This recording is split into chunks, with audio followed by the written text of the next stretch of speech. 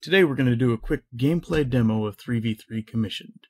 This is between two of the game designers, and they're showing how they would normally run a demo at a convention.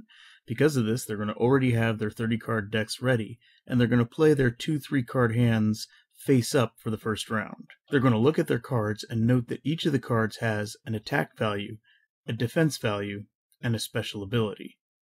Ralph is going to choose to keep the lizard folk as a special ability and use skeletons for both his attack and his defense. Alex is going to use the gyro dragon as his attack card, moving Doomfinger over to his defense, and using the gnome pilot as his special ability.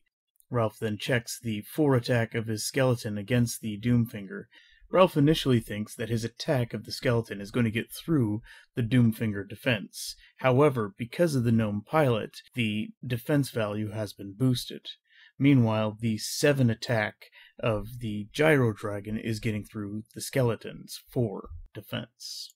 Because of this, Ralph then takes one of his cards and sends it to his scoreboard, then discards the rest of his cards.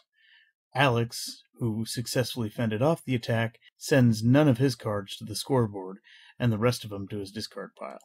Both players then draw another 3 cards, and move immediately into the second hand of the game. At this point, both players flip over their special ability, so the only numbers that can be read are their attack and their defense, and the only words that can be read are their special abilities. Ralph chooses to use the Ericathorios as his special ability. This allows him to switch the cards that his opponent has chosen for his defense and his attack. This allows him to score a point on Alex and tie the game.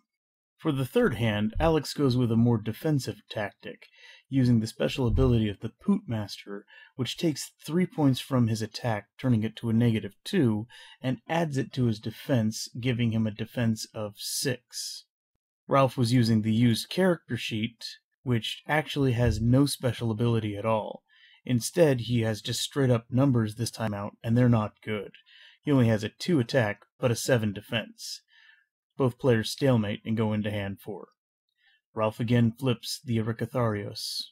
As he's switching the attack and defense cards, Alex activates the Tavern Drunk, a quest card that is designed to trigger and go automatically to the opponent's scoreboard, depending on what cards were played against it. It is now 2-2. And we're going into the 5th hand. Players flop. Again, Alex plays the Tavern Drunk. This time, however, there are no keywords for him to play off of.